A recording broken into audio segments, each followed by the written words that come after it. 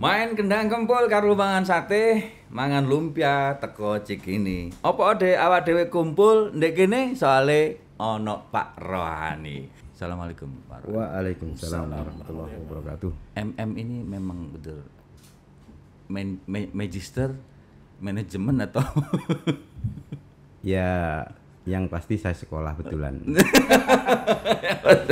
Pak Rohani ini adalah salah satu anggota fraksi Gerindra yang menjadi etalase partai. waduh. Guyonan, kritiknya dalam menyampaikan aspirasi itu selalu didengar dan menjaga keseimbangan dari kontrol dari DPRD Jawa Timur kepada OPD. Mungkin kita butuh anggota dewan yang selalu menyuarakan aspirasi masyarakat seperti Pak Rohani ini, yang juga menjadi memproduksi berita bagi teman-teman juga. Ya, hari ini saya juga tidak sendiri karena saya ditemani oleh teman saya, seorang jurnalis dari Airmall, Mas Budi Prasetyo. Nanti kita akan mengeksplor seperti apa kira-kira Jawa Timur menjelang Pilpres dan seperti apa pilihan-pilihan pribadi dari para wakil rakyat ini. Jadi jangan kemana-mana, saya masih akan bersama Anda di podcast Pokja Indrapura Interupsi Rek.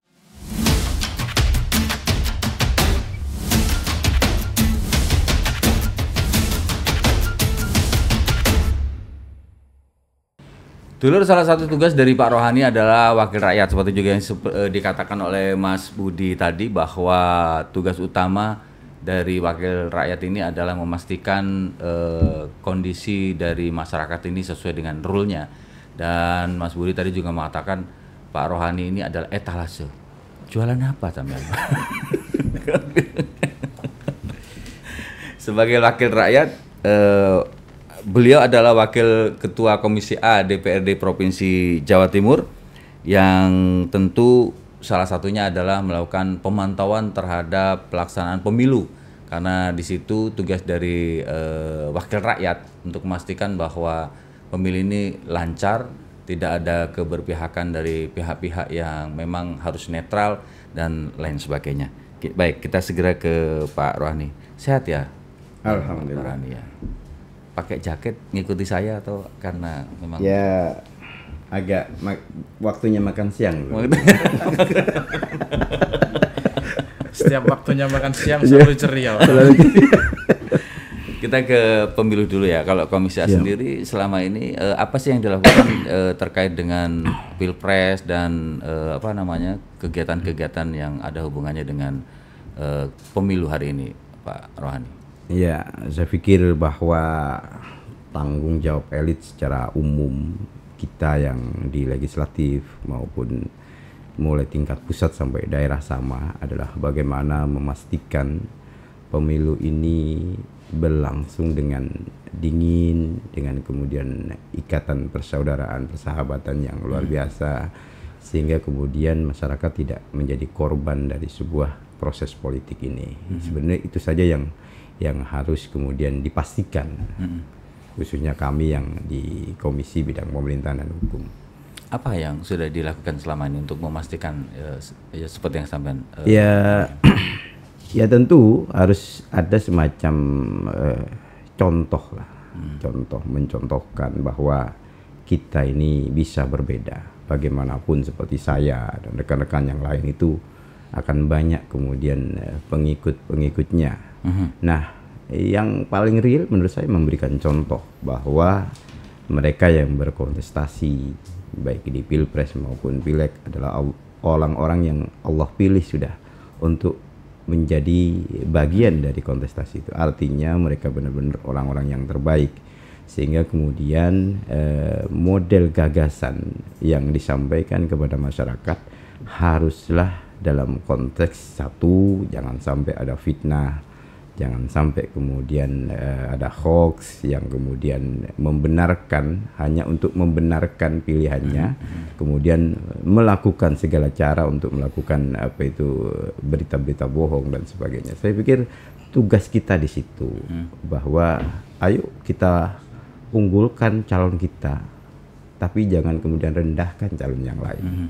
Pak Rohani, mungkin kan banyak sekali narasi negatif tentang kecurangan yang sekarang beredar.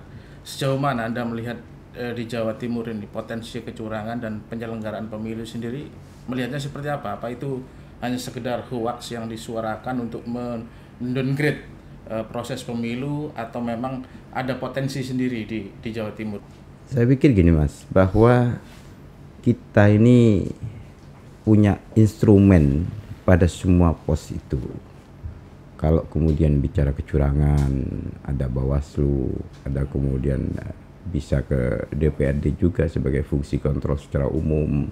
Artinya narasi-narasi itu harus kemudian dibuktikan gitu loh. Yang kemudian agak kita sesalkan sebenarnya narasi itu malah dikembangkan oleh elit, di mana masyarakat menganggap apa yang mereka sampaikan sebuah kebenaran. Itu yang bahaya. Kalau misalnya pendukung saya, apa yang disampaikan Rohani itu benar menurut mereka, tanpa kemudian mengkonfirmasi apakah benar-benar seperti itu faktanya. Nah, inilah kedewasaan elit, inilah akan yang kemudian membuat pemilih ini akan menjadi lebih baik. Itu mungkin apakah itu karena SDM yang ada di sekitar kita ini tidak imbang antara elit dengan masyarakat itu sendiri? Karena hari ini sosmed ini kan luar biasa. Sedikit agak menceng bahwa hari ini ada yang namanya teknologi IA. AI ya, atau teknologi AI buatan ya, yang bisa meniru suara orang, kemudian bisa meniru wajah orang, dan ini sangat luar biasa loh di di masyarakat. Kalau Komisi A sendiri melihat kemudian nanti kerjasamanya dengan pihak Polda, dengan pihak hukum seperti apa dengan kondisi-kondisi seperti ini, Pak? Kami belum sampai ke sana ya, tapi saya pikir kunci utama hari ini ada elit politik, elit politik yang harus kemudian. Saya meyakini sebenarnya masyarakat itu punya nalar melogikakan yang ada. Jadi meskipun ditiru suaranya, kalau secara logika tidak masuk di akal mereka, mereka tidak akan menerima itu. Yang bahaya itu ketika elit itu mengamini sesuatu yang sebenarnya tidak benar, gitu loh. Karena menganggap bahwa setiap elit itu punya pengikut. Nah, pengikut ini akan kemudian menularkan pada pengikut-pengikut yang lain. Ini yang bahaya. Tapi kan itu yang dilakukan hari ini ya Pak Rohani. Iya, karena itulah kita butuh sosok-sosok negarawan hari ini. Tidak hanya kemudian fokusnya ingin menang pemilu, tapi bagaimana mengedukasi masyarakat. Imbauan kepada Bawaslu sendiri seperti apa Pak Rohani? Ini Saya pikir, karena setiap berita narasi yang negatif itu biasanya belum jauh ditindaklanjuti. Untuk meminimalisir itu seperti apa? Ya, saya pikir memang Bawaslu, KPU hari ini adalah lembaga-lembaga sentral ya, yang kemudian kita tidak bisa nafikan tugas mereka ini hari ini sangat-sangat berat, bebannya juga berat, tekanannya juga berat, sehingga kalau hanya mengandalkan Bawaslu saya pikir tidak akan maksimal. Bagaimanapun Bawaslu juga manusia yang punya keterbatasan orang, keterbatasan kemudian jangkauan, sehingga sebenarnya tadi elit politik inilah yang tersebar mulai tingkat kabupaten sampai pusat itu bersama-sama mempunyai tanggung jawab kenegarawan untuk kemudian membuat ukhuwah di masyarakat ini tetap terjaga. Pemilu itu akan selesai di tanggal 14 Februari. Bayangkan kalau satu keluarga itu misalnya ada yang pilihannya 01, 02, 03 dalam satu rumah. Kemudian elitnya tiap hari memberikan gambaran-gambaran menakutkan dan menyerang kebencian-kebencian yang disampaikan. Nah, ini kan di rumah itu bagaimana kondisinya? Ini yang harus dipikir elit. Kalau elitnya setelah menyampaikan dia tidur mungkin sama istrinya enak, apalagi kalau istrinya lebih dari satu. Tapi masyarakat inilah yang akan jadi korban dari sebuah keegoisan politik kita kalau kemudian itu dilanjutkan.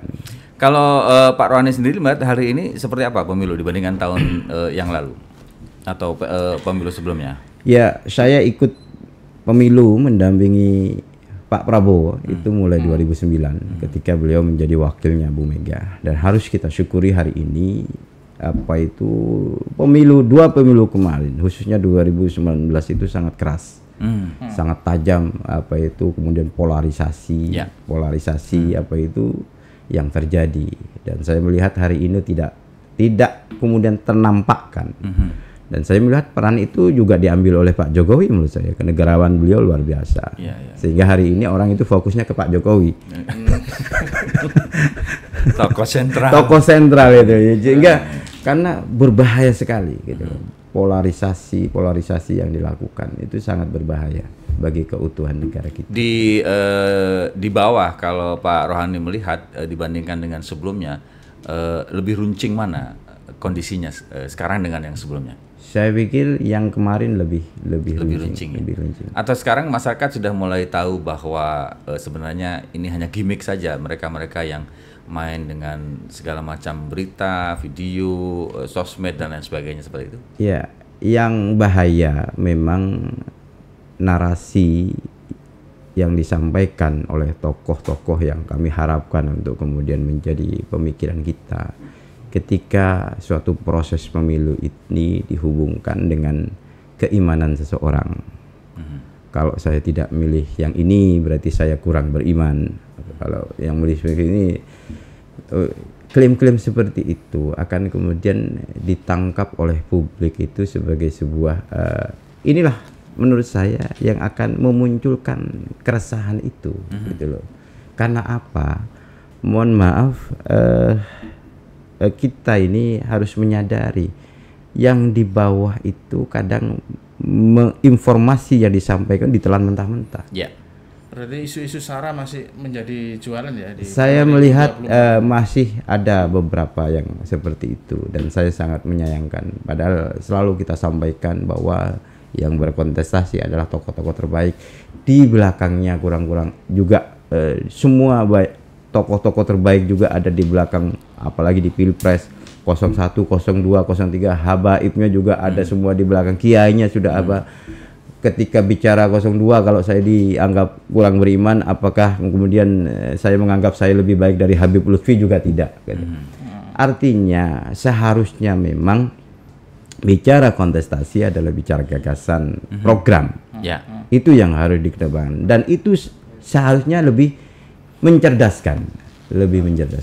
Tapi kan itu tidak terjadi hari ini, bahwa yang muncul di sosmed dari baik itu tim tim dari capres itu sendiri maupun juga orang-orang yang jadi relawan dan simpatisannya, kan yang dilihat kan seringkali adalah saling mengejek, kemudian saling menjatuhkan, saling memunculkan yang negatif-negatif dari lawannya, bukan visi misi mereka. Itu kadang muncul dari tokoh-tokoh yang kita hormati.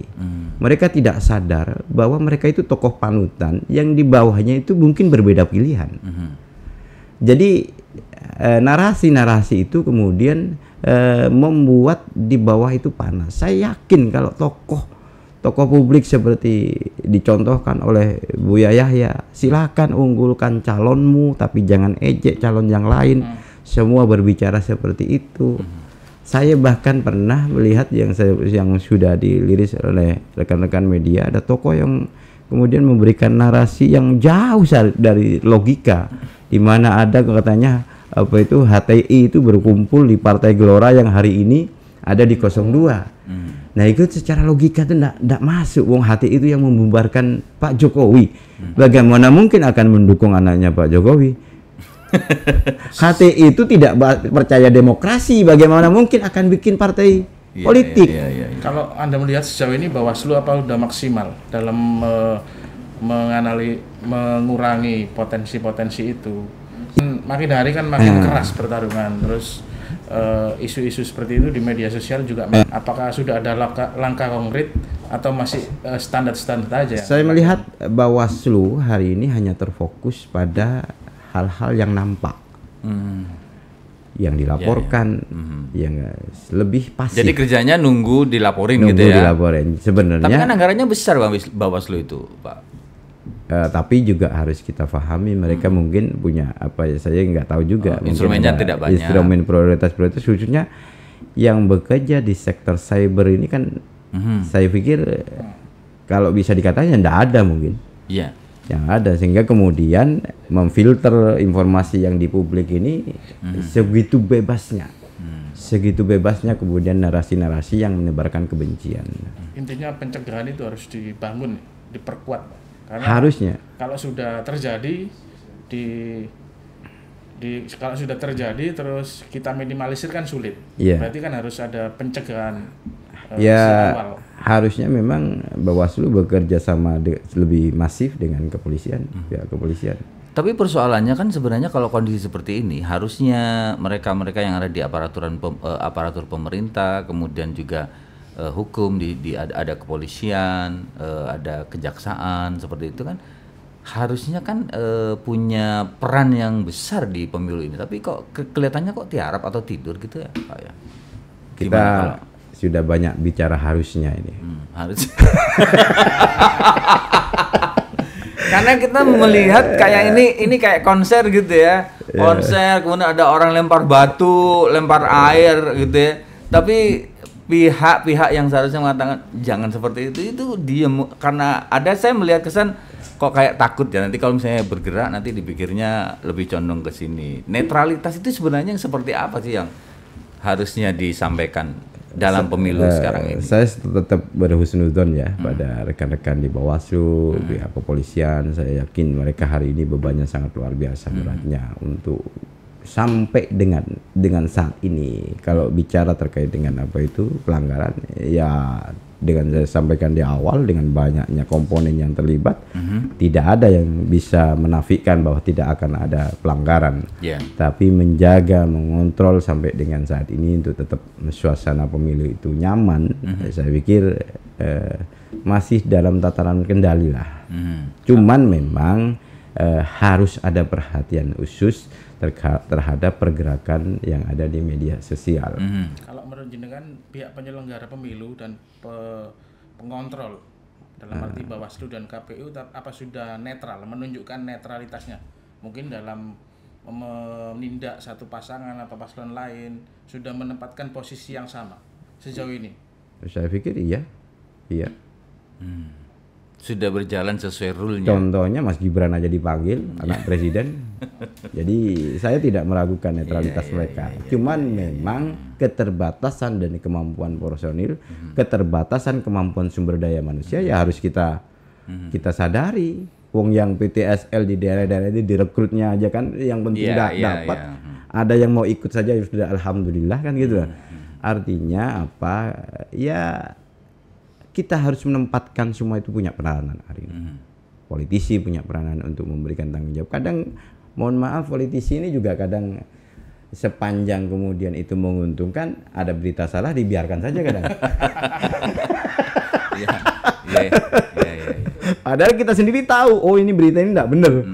Tapi ketika ini menguntungkan kita diam. Nah inilah yang perlu kenegarawanan kita sebenarnya. Harus ada goodwill ya. Goodwill semua dari semua pihak. Ya, kita kembali ke tugas jenengan sebagai wakil rakyat. Selama ini Komisi A sendiri melihat pantauan yang di Jawa Timur ya. Sampai hari ini seperti apa sih kalau keamanan, kemudian situasinya, kemudian tantangan yang dihadapi di 2024 pemilu ini apa kira-kira? Saya pikir kami sudah keliling ya, KPU kabupaten, KPU kabupaten kota, termasuk dengan KPU provinsi. Saya pikir masih on the track untuk proses pelaksanaan. Aman ya? Proses pelaksanaan, ya. Semua masih berjalan sesuai dengan yang kita harapkan. Tetapi memang sekali lagi kalau tantangan terbesar adalah bagaimana kemudian membuat pemilu ini dingin, membuat ikatan persaudaraan itu terjaga, sehingga kemudian selesai pemilu juga selesai persoalannya. Saya masih punya cerita dulu. Ujaran kebencian itu sampai masuk ke kepolisian. Dan kemudian itu ya pemilunya selesai, kemudian prosesnya belum selesai. Ayo, kalau sudah seperti itu siapa yang akan bertanggung jawab? Karena itu elit itu harus benar-benar mengambil tanggung jawab bahwa persatuan dan kesatuan itu di atas segala-galanya. Ini karena sudah di komisi A ya. Terkait netralitas ASN di Jawa Timur, apakah sudah ada temuan atau pengaduan yang nyampe ke jenengan? Ini kan Komisi A kan memantau khusus ASN di Jatim kan, di kabupaten atau kota 38 kabupaten kota itu kan pemimpinnya kan dari masing-masing partai politik yang berbeda. Gimana? Ya kita harus syukuri juga hari ini banyak kemudian pemimpin daerah itu yang dari PJ Bupati, yang dari ASN juga. Jadi kalau ada kemudian apa itu pernyataan-pernyataan bahwa PJ Bupati itu sengaja disiapkan untuk memenangkan calon-calon tertentu, saya di Pasuruan yang hari ini juga punya PJ Bupati dari ASN tidak pernah merasakan itu. Jadi saya melihat mereka kerja enjoy saja, melaksanakan tugas keseharian, dan saya pikir itu ya tadi tuduhan-tuduhan yang kadang tidak berdasar kondisi di lapangan. Tidak ada laporan atau selentingan? Tidak ada. Aman ya berarti ya. Aman. Berarti Komisi A sukses ini berarti ya. Atau belum ketahuan. Ada tugas sebagai legislatif, ada tugas kepartaian. Yang maju pasti berkampanye, yang mendukung pilpres harus all out untuk pilpresnya. Seperti apa DPRD Jawa Timur ini mengatur ritme sehingga kemudian sebagai wakil rakyat jalan, sebagai kader partai atau petugas partai juga jalan? Ya, yang pertama kita harus sadari bahwa kita duduk di sini juga karena jasa partai. Jadi kalau kemudian wakil rakyat ketika terjadi proses seperti ini tidak berjibaku untuk kepentingan kepartean, juga menurut saya kayak kacang lupa sama kulitnya. Wong pemilu itu ya saat ini, dan setelah ini sudah tidak sudah selesai. Gitu. Sehingga kemudian saya melihat sepanjang kemudian prioritas kedewanan itu terjaga, tidak ada persoalan. Karena dewan itu tidak diabsensi berdasarkan kehadiran tiap hari, tapi rapat dan paripurna. Tapi kan tidak berarti gedung dewan harus sepi ya Pak Rohani ya? Iya semestinya seperti itu. Ya itu mungkin bisa pimpinan lah yang menjaga. Iya. Kami kan sibuk semua karena pada elit-elit partai semua. Nah kita nanti akan coba untuk mendalami tentang Pileg, dan kabarnya beliau ini tidak maju lagi di Pileg 2024. Jangan dijawab sekarang, kita akan kembali setelah yang satu ini.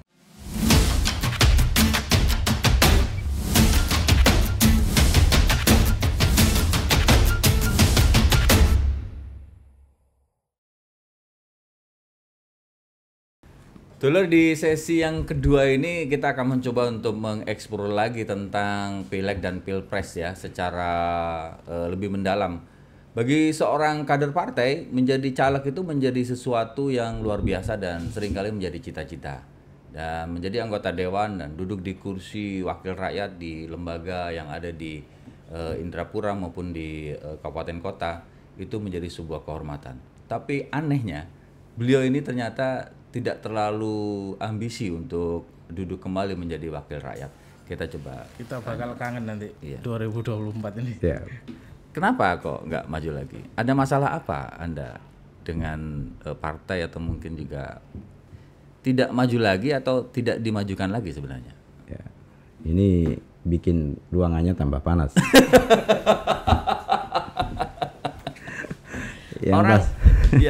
Orang sekaliber Pak Rohani ini sangat aneh kalau kemudian tidak maju. Secara pribadi saya yakin semua orang pasti berharap. Secara kepartaian, jenengan ini kan punya banyak halayak lah istilahnya kalau orang bilang. Tapi tidak maju. Ada masalah apa sebenarnya? Saya pikir bahwa yang harus saya yakini, semua yang terjadi pada kita ini sudah menjadi garis yang sudah ditakdirkan oleh Allah. Takdir politik ini. Itu sudah saya harus yakini.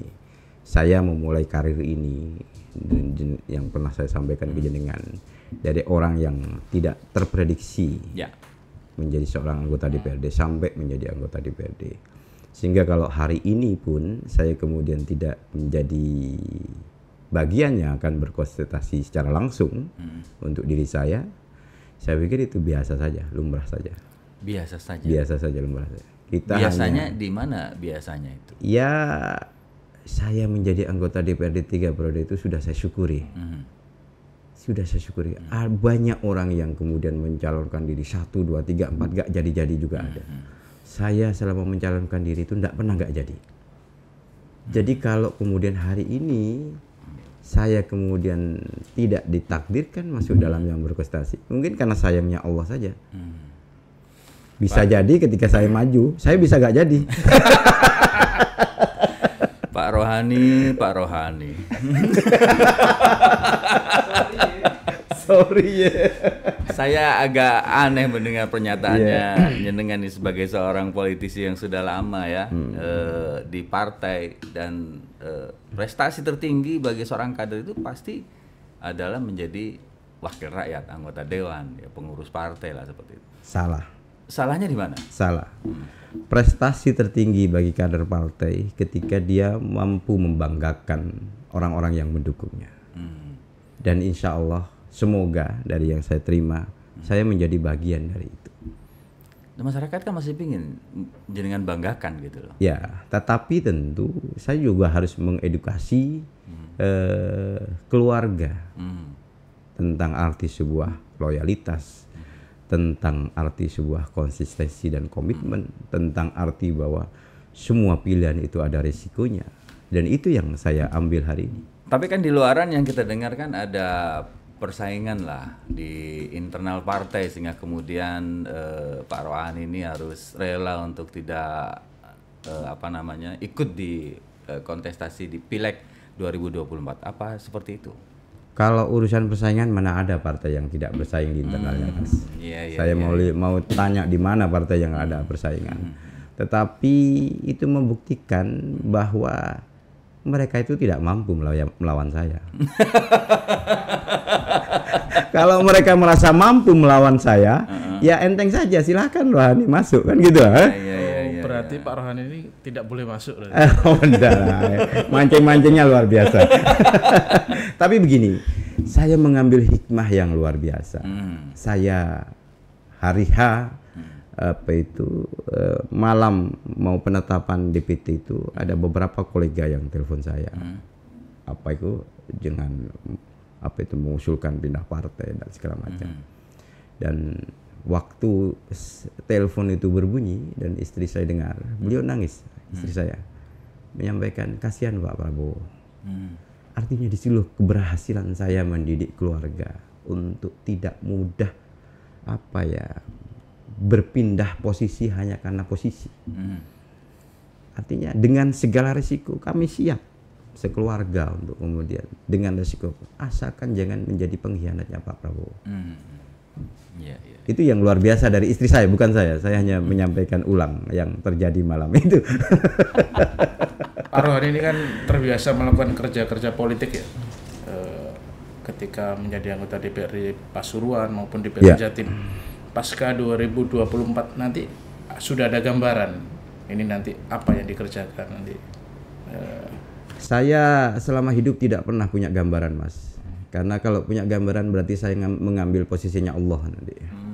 Jadi biarkanlah berjalan sesuai dengan yang diharapkan. Menjadi anggota DPRD 2019 itu saya tidak ada gambaran. Waktu itu saya ingat betul, pagi itu masih saya mengatakan tidak. Karena kemudian dengan segala kondisinya sampai malam itu kolega-kolega datang ke rumah. Artinya saya percaya betul bahwa apa yang terjadi pada diri saya hari ini adalah yang Allah pilihkan dan yang terbaik bagi saya. Artinya percaya bahwa yang menyingkirkan Allah bukan partai ya Pak? Iya, mereka terlalu kecil untuk menyingkirkan saya. Mereka terlalu kecil mereka hanya jadi sebab saja sebenarnya, sebab saja. Mereka terlalu kecil dan saya tidak akan memberikan mereka ruang kesombongan bahwa sayalah yang menyingkirkan. Tidak ada lah. Kau siapa? Ya, di Pilpres ini tentu dengan ini kan kader Gerindra ya, walaupun setelah ini tidak tidak maju lagi sebagai caleg. Bagi sebagian orang ya akan tidur lah ya. Ngapain pusing-pusing otos, setelah ini saya tidak jadi anggota dewan. Tapi kenapa Anda terlihat di salah satunya di statusnya misalnya setiap sekian detik sudah ganti lagi, gambar, ganti lagi video, dan selalu Pak Prabowo. Mau dapat apa dari sana? Jenengan sedang nggak lagi bakal jadi caleg atau anggota dewan? Ya, jadi hari ini saya tiap hari sekitar 4-5 titik untuk mempromosikan Prabowo Gibran. Berarti Dan lebih itu, leluasa ya? iya, dan itu hikmah yang bisa saya ambil. Saya lebih bisa konsentrasi betul terkait pemenangan ini. Yeah. Saya melihat Pak Prabowo itu yang selalu saya banggakan. Hari ini Indonesia butuh Pak Prabowo menurut saya. Karena Pak Prabowo itu tidak plastik. Tidak plastik? Tidak plastik, tidak pura-pura. Jadi kan bisa bayangkan orang berumur 72 tahun dengan kondisi ekonomi yang mapan, ya kan, anak cuma 1. Kalau saya atau jenengan yang jadi Pak Prabowo, apa pilihan yang terbaik yang dilakukan? Menikmati hari tua. Iya. Ngapain harus dihujat kanan kiri, kemudian difitnah segala macam. Tetapi ukuran Pak Prabowo dengan kita ini beda. Beliau mulai muda itu sudah dididik menjadi seorang patriotik yang keluar masuk hutan, perang dan segala macam. Sehingga kalau kemudian ada yang mengatakan bahwa beliau ambisius, saya pikir itu suatu tuduhan yang keji. Karena apa? Ukurannya kita yang orang sipil ini, kita ini masih mudanya healing, ya kan, ke mall. Terus bicara tentang bagaimana bernegara, bagaimana kemudian kemampuan, ya harus dibandingkan dengan kita lah. Jadi objektivitasnya saya cukup muda. Kalau saya umur 72 tahun, punya harta triliunan, anak cuma 1, pilihan apa yang akan saya ambil? Menikmati masa tua. Ya. Ini kan Prabowo lagi naik daun lah istilahnya. Ya. Banyak survei mengunggulkan, bahkan menurut informasi di Jawa Timur bisa memperoleh 40-50% gitu ya. Harus di atas itulah. Harus di atas itu. Saya tertarik dengan statement Pak Rohani kapan hari yang lawan terbesar Prabowo Gibran di Jawa Timur atau di Pasuruan itu hanya berita hoax. Iya. Gimana? Itu seperti apa kira-kira? Kalau kita lihat kan sebenarnya sudah menang lah secara survei ya. Iya, iya. Ngapain sampai pusing-pusing untuk lakukan sesuatu yang lebih, yang kemudian kita sudah tahu bahwa hasilnya segitu misalnya. Ya itu yang pernah saya rekan-rekan juga tulis. Memang hoak dan fitnah itu kan luar biasa gitu, dalam proses ini. Dan itu saya pikir sengaja dikembangkan. Kalau saya ngecek media-media sosial, sadis ya? Sadis betul. Tuduhan-tuduhan ke Pak Jokowi, tuduhan-tuduhan ke Pak Prabowo dan segala macam. Bahkan ngapunten, mohon maaf dengan segala hormat. Bahkan narasi itu dikembangkan juga oleh calon presiden. Itu kan yang membuat yang di bawah itu tinggal ngambil ujungnya saja, dan itu yang berkembang gitu loh. Nah, kenapa saya melihat apa itu lawan terbelah kita hoax dan fitnah? Karena memang tujuan kita di dalam berkontestasi itu bukan hanya menang. Kalau jangan lihat survei kita insya Allah unggul, tapi bagaimana merajut persatuan dan kesatuan ini. Itu yang harus menjadi perhatian gitu loh. Kita ingin, makanya kenapa kemudian politik yang kita dengungkan, politik riang gembira, joget gemoy, untuk menetralisir jangan sampai kemudian polarisasi di masyarakat bawah itu tajam. Itu saja. Kalau masalah gagasan kita bisa adu sebenarnya. Ya. Gagasan kita. Pak Rohani, kalau melihat dampak dari Pak Prabowo sebagai capres dari Gerindra, dan kebetulan Pak Prabowo adalah orang Gerindra ya. Artinya kan sebenarnya ada keuntungan besar nih efek kotilnya di bawah di Jawa Timur, di Jawa Timur juga tentu saja. Satu, ya sekali lagi ini juga menjadi sesuatu yang cukup menjadi pertanyaan, karena harusnya ketika Prabowo unggul, Gerindra punya peluang besar, jangan malah tidak maju jadi caleg. Nah, apakah kemudian ini akan selaras trending dari Prabowo ini dengan Gerindra di Jawa Timur kira-kira? Ya, saya harapkan begitu. Tetapi bagi saya pribadi, hari ini Prabowo Gibran prioritas, Mas. Saya melihat banyak temuan, jujur saya lakukan. Apa itu, bukan hanya Gerindra, tapi caleg-caleg ini sedikit sekali mengkampanyekan apa itu capresnya. Lebih banyak mengkampanyekan dirinya. Mungkin hanya yel-yelnya yang di 5 menit, tapi kemudian mengkampanyekan dirinya 1 jam 2 jam. Kalau garis koordinasi dari struktur partai sendiri seperti apa, Pak Rocky? Iya, kita ini punya tanggung jawab lah, punya tanggung jawab. Kalau itu sudah tidak usah ditanya. Sehingga kemudian memang hari ini fokus saya itu adalah bukan meyakinkan orang yang di dalam struktur partai atau struktur koalisi. Kalau sudah koalisi, orang Gerindra, orang Golkar, orang kalau tidak nyoblos Prabowo Gibran itu kan kebangetan gitu. Panggilan jiwa ya? Iya, pengkhianat sejati itulah. Tapi saya coba masuk ke semua sisi ini, meyakinkan mereka bahwa pilihan kita ini yang terbaik. Dan programnya saya pikir dengan 2 program yang disampaikan tadi, hilirisasi dan kemudian makan siang dan susu gratis, itu saya pikir kalau betul dampaknya sangat dahsyat. Saya kemarin reses, saya reses ketemu dengan anak-anak TK. Saya baru merasakan bahwa program ini penting. Saya lihat mereka fisiknya, kemudian tangkapan terhadap yang disampaikan. Jangan hanya melihat anak-anak itu yang di kota-kota besar seperti Surabaya, yang di dalam kota, tapi lihatlah di pelosok-pelosok itu. Menjawab yang disampaikan saja banyak merusutnya. Artinya menangkap, otak menangkap itu sangat lambat. Dan itu tentu terjadi karena gizi yang kurang. Gizi yang kurang itulah yang kemudian saya lihat pasangan Prabowo Gibran ini kemudian memutus generasi yang dengan gizi yang kurang baik untuk kemudian dengan program makan siang dan susu gratis itu. Saya pikir itu. Di Pasuruan sendiri kan saya melihat kan banyak peternak susu sapi perah ya. Iya. Mungkin ada keinginan nanti ketika program itu misalkan angan-angan ya Prabowo Gibran bisa mewujudkan program tersebut, tetapi bisa juga memberdayakan sektor UMKM atau peternak sapi di Pasuruan ya. Iya. Jadi kadang gini, orang ya, saya sudah berkecimpung dengan APBD itu 15 tahun. Saya pikir APBN tidak terlalu berbeda jauh lah. Kadang dari calon-calon ini hanya berbicara bagaimana kemudian menata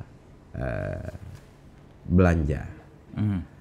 Mau memberi ini ADD 5M, tapi tidak kemudian berpikir konstruksi yang pendapatan negara ini bagaimana meningkatkannya. Nah, saya pikir di program Prabowo Gibran ini imbang. Ketika bicara pendapatan, lapangan kerja, pendapatan negara, itu program hilirisasi. Melanjutkan programnya Pak Jokowi. Dan itu bukan program yang mudah. Bertahun-tahun mulai zaman Soekarno, Soeharto, SBY kita tidak mampu mencapai itu. Baru di zaman Pak Jokowi ada stop nikel. Karena godaannya dan tantangannya besar. Digugat di WTO. Kemudian kalau mau digoda sebenarnya kan komisinya berapa persen itu kalau ekspor mentah. Ya kan? Kalau Pak Jokowi mau kaya sebenarnya tinggal sudah setujui saja apa itu ekspor nikel mentah. Ke Tesla, pasti dapat persentase lah. Tetapi beliau beranggapan ini harus dikelola. Kalau kita mau menjadi negara maju, ini harus dikelola oleh kita semua di dalam negeri. Dan inilah perjuangan dahsyat dari 2 orang ini, Pak Jokowi dan Pak Prabowo, yang menurut saya patut diapresiasi. Tidak mudah karena godaannya. Nah, kemudian pendapatan dari hilirisasi, pendapatan pajak dan segala macam, maka keluarnya nanti akan muncul di ini program makan siang gratis dan susu ini. Inilah yang akan memutus rantai generasi kita yang mungkin masih berada di bawah. Nah, tentu dari mana? Tentu kalau kemudian itu dilakukan, maka kemudian ekonomi itu akan kemudian ya di desa. Tidak mungkin susu itu diambil dari Jakarta untuk ke Pasuruan, pasti akan memberdayakan masyarakat desa. Muaranya di situ. Jadi 2 program ini menurut saya program Prabowo Gibran tidak pernah melihat yang lain. Saya cukup 2 ini daripada banyak program ketika kemudian pelaksanaan tidak dilaksanakan. 2 program ini akan dahsyat dampaknya bagi masyarakat Indonesia, saya pikir. Jangan-jangan nanti setelah nggak jadi mau jadi pengepul susu. peternak sapi. peternak sapi. Ya sah-sah saja. Kalau sudah nggak jadi apa-apa, ngarit pun nggak apa-apa kan. Pak Rani, untuk Jawa Timur misalnya seandainya salah satu calon ini ya, terutama jenengan pastikan mendukung Prabowo Gibran ya. Ya. Apa yang harus dilakukan untuk mereka di Jawa Timur supaya Jawa Timur bisa menjadi lebih baik dari kemarin? Saya pikir kita harus bersyukur hari ini Pak Emil, Bu Hovifah itu menjadi bagian dari kami. Sehingga kalau kemudian insya Allah Prabowo Gibran terpilih, sangat mudah kemudian mengadopsi yang disampaikan oleh visi misi Cawapres dan Cawapres terpilih ini. Saya pikir kita nunggu saja pergantian kepemimpinan. Saya yakin kok Bu Hovifah sama Pak Emil ini kan sudah sepaket ini. Sudah sepaket. Jadi Hovifah Emil harus dilanjutkan begitu harus ya? Harus dilanjutkan lah. Tolong nanti dipotong ya ini ya.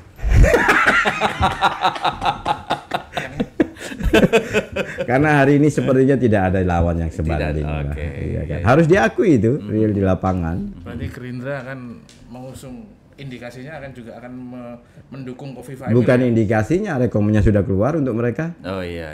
Hovifah satu paket ya. Ya, jadi kami akan mendukung siapapun yang hari ini mendukung Prabowo Gibran. Jadi satu paket itu pasti akan didukung oleh Gerindra atau seperti apa? Karena salah satu kader Gerindra kan berharapnya pengen jadi wagub lah. Siapa itu? Ya di media-media kan sudah cukup ramai. Saya pikir kalau sudah menjadi keputusan partai kita harus manut lah. Dan fakta di lapangan memang harus diakui pasangan ini masih cukup solid untuk memimpin Jawa Timur 5 tahun ke depan. Walaupun mungkin bagi sebagian orang tidak membuat nyaman, tapi ya bagaimanapun tidak ada yang sebanding dengan mereka hari ini untuk maju kontestasi. Persentase Prabowo di Jawa Timur kalau menurut jenengan dan Gerindra berapa persen target atau estimasi yang mungkin sudah bisa dibaca? Kami sangat berharap hari ini sudah di atas 50. Di atas 50. Angka bisa 60, 65?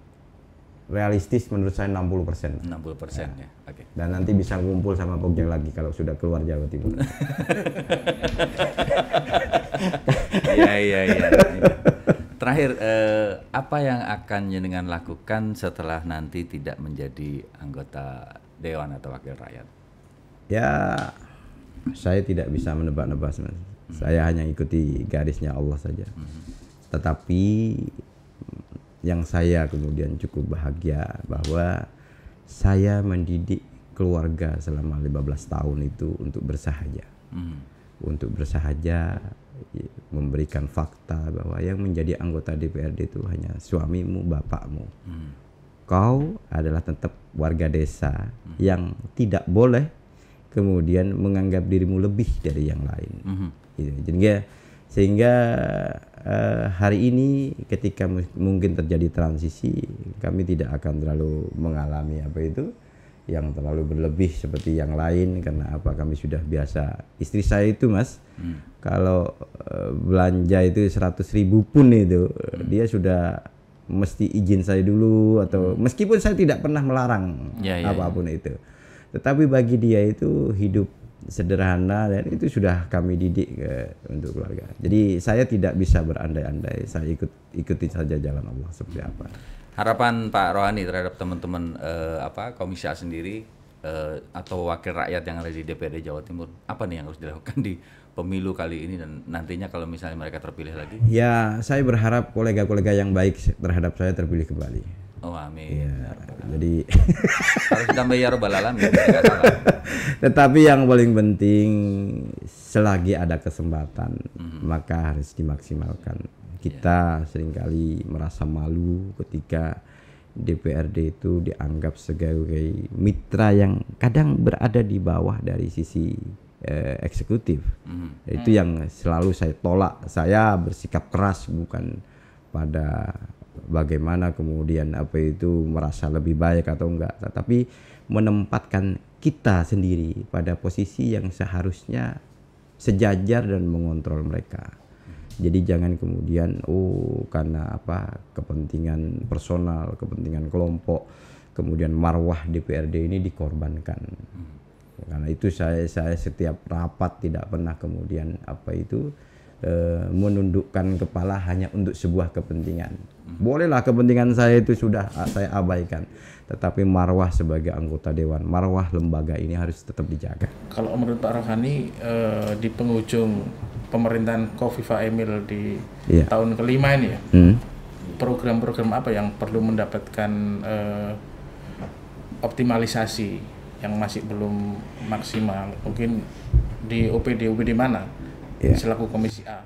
Ya, kami kemarin sudah mengesahkan Perda Pelayanan Publik Perubahan.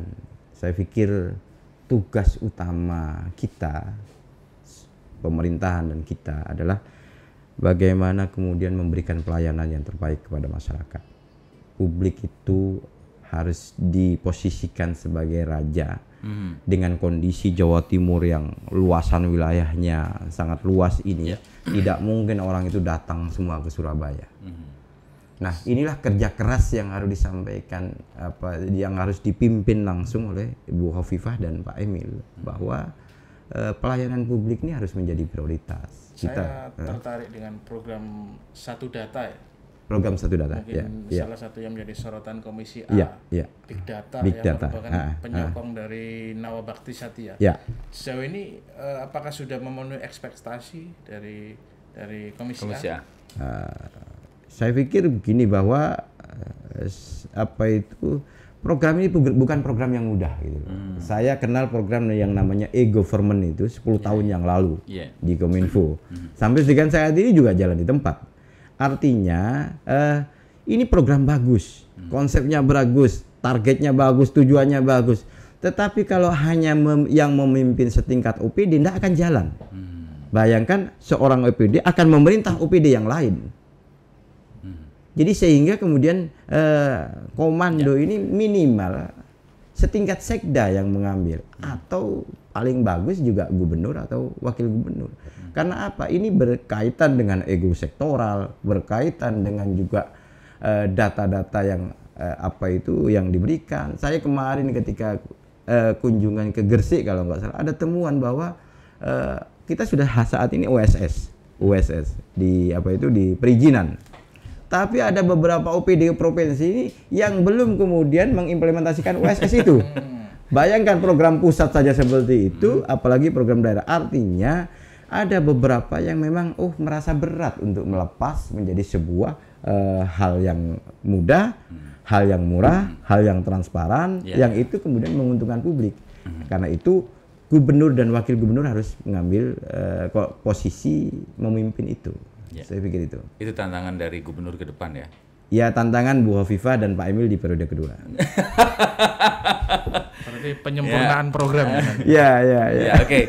Pak Rohani, terima kasih banyak waktunya dalam kondisi yang cukup sibuk, masih menyempatkan diri untuk hadir di acara ini. 24 jam untuk Prabowo Gibran ini.